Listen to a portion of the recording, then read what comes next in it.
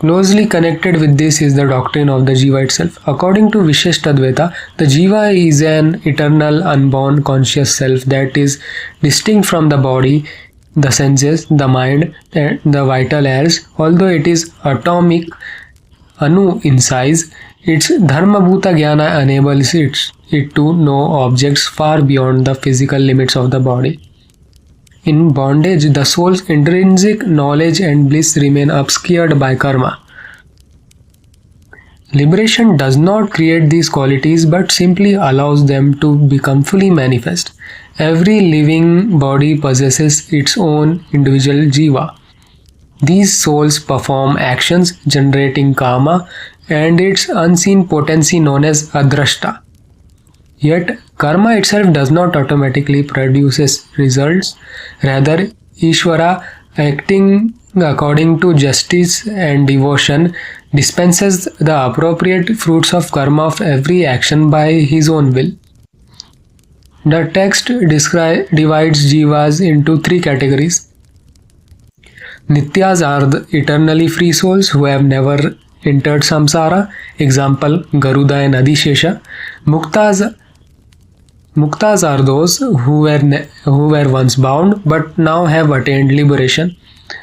Badhas are the bound souls who continue to wander through the samsara of cycle of birth and death. The text also presents a hierarchy of spiritual aspirants. It distinguishes from those who reject scriptural authority from those who follow the Vedas. Then distinguishes the genuinely devoted from the motivated primarily by material means.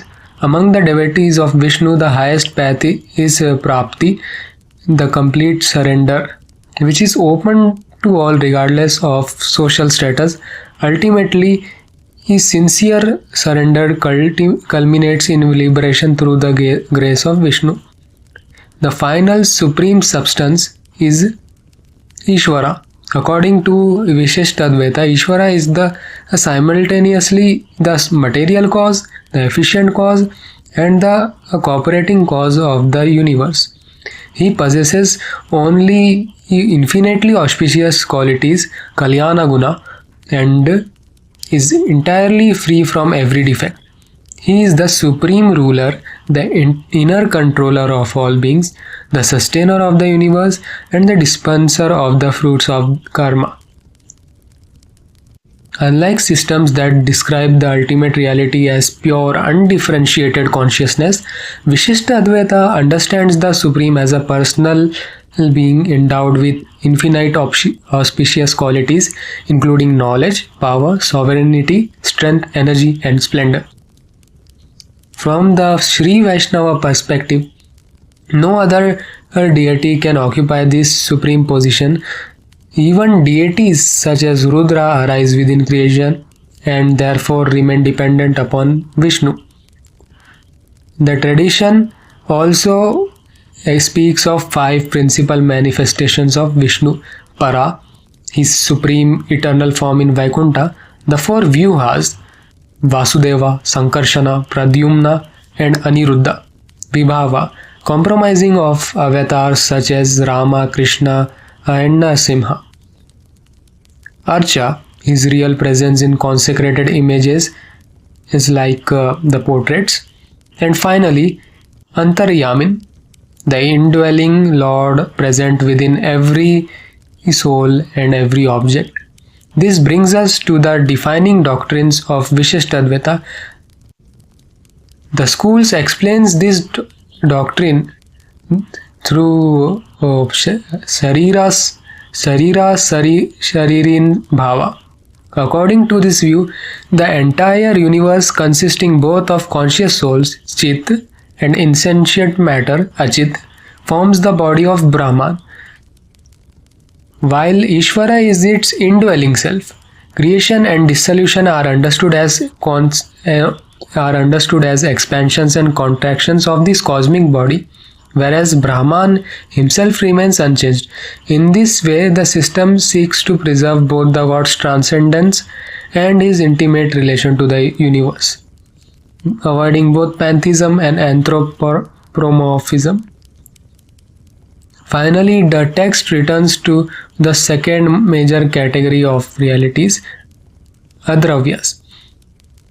Unlike dravyas, adravyas cannot exist independently. They always inhere within a substance and include qualities, relations, powers, and other dependent realities. Among them are the three material gunas, sattva, rajas, and tamas. The sattva found within the material world is always mixed with the other two gunas, whereas the Shuddha sattva of Vaikuntha remains entirely free from them. Adravyas also include the sensible qualities of the five gross elements, samyoga, the external relation between substances, and Shakti, the causal potency through which causes produce their effects. Ultimately, all such powers derive from Bhagavan himself, whose sustaining power enables the entire universe to exist and function. Having examined the central doctrines of Viśiṣṭādvaita, we can now return from exposition to evaluation. What follows are objections to the philosophy as it has been presented.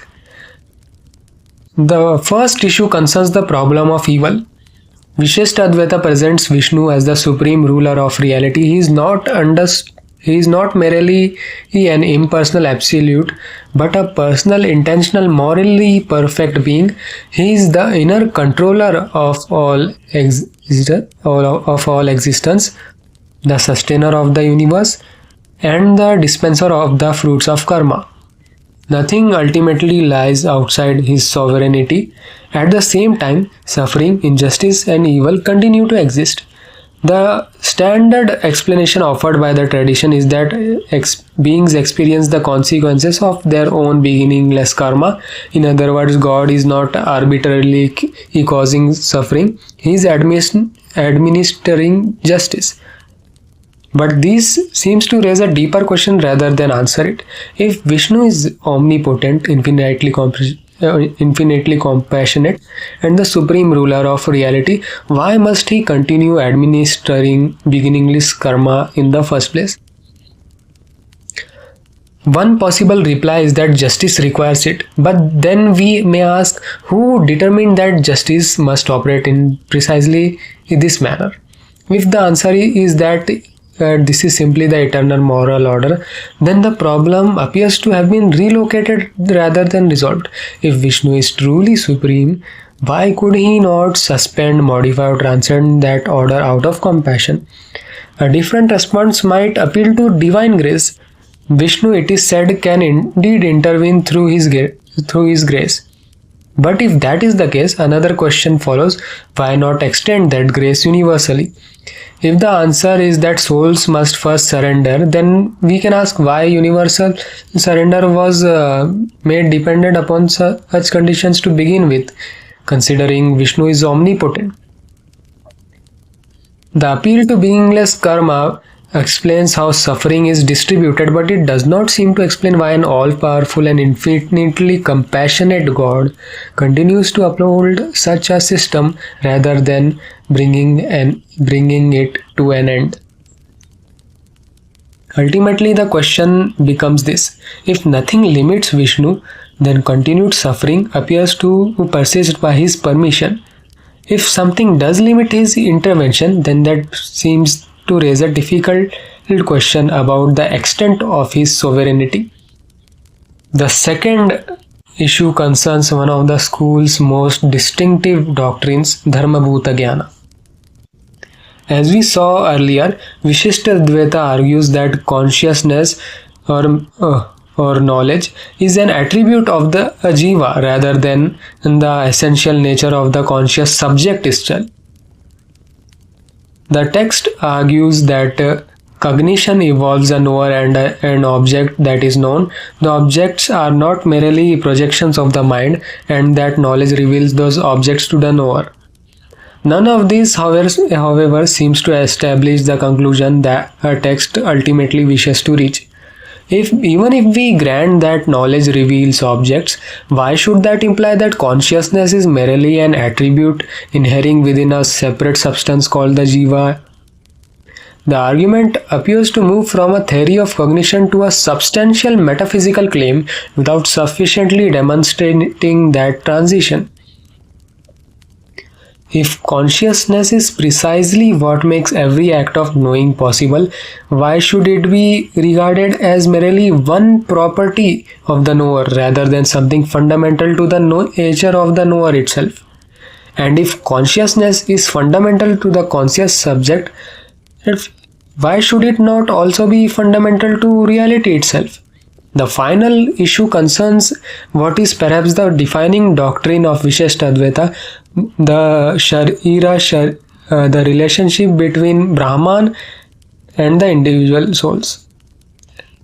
According to the system, all jivas and all matter together constitute the body of Brahman, while Brahman is their indwelling self. This relationship is intended to preserve both unity and plurality simultaneously. The difficulty, however, lies in understanding what this relation actually amounts to. Ordinarily, a body constitutes a single individual. It does not continue to exist alongside that individual as another independent conscious object or subject. Yet Viśiṣṭādvaita maintains that